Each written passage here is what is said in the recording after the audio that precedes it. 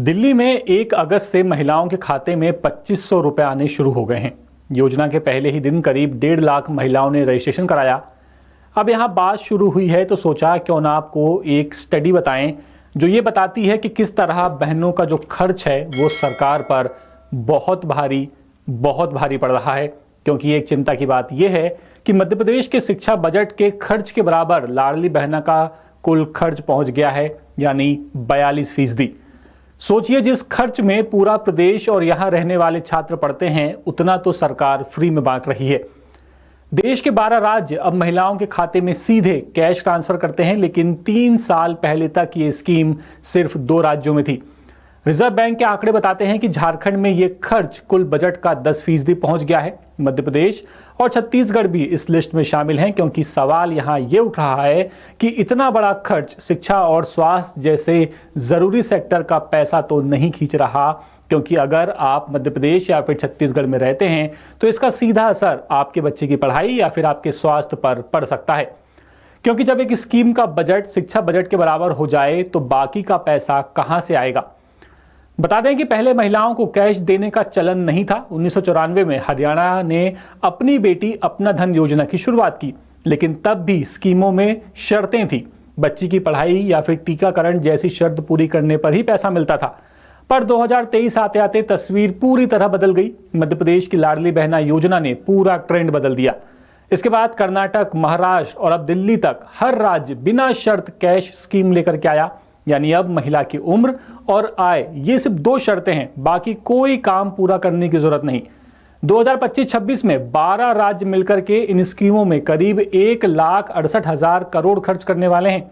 ये रकम किसी छोटे देश की जीडीपी के बराबर है।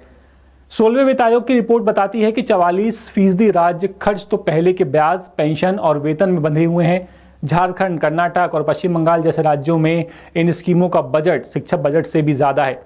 अब सोचिए, कहां से किताबें आएंगी, कहां से नई क्लास बनेंगी और कहां से शिक्षकों की भर्ती होगी।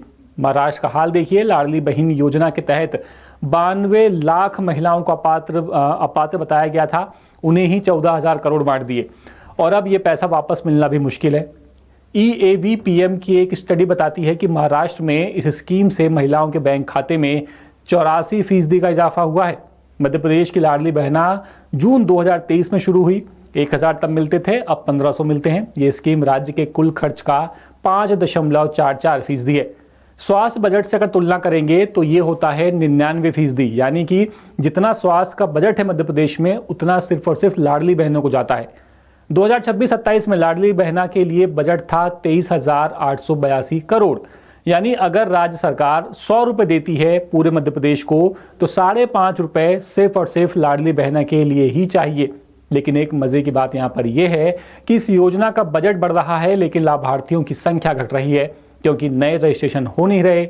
अकेले इंदौर में 19,000 से ज्यादा नाम कट गए हैं। बात करें छत्तीसगढ़ की तो छत्तीसगढ़ की महतारी बंधन का भी ऐसा ही हाल है।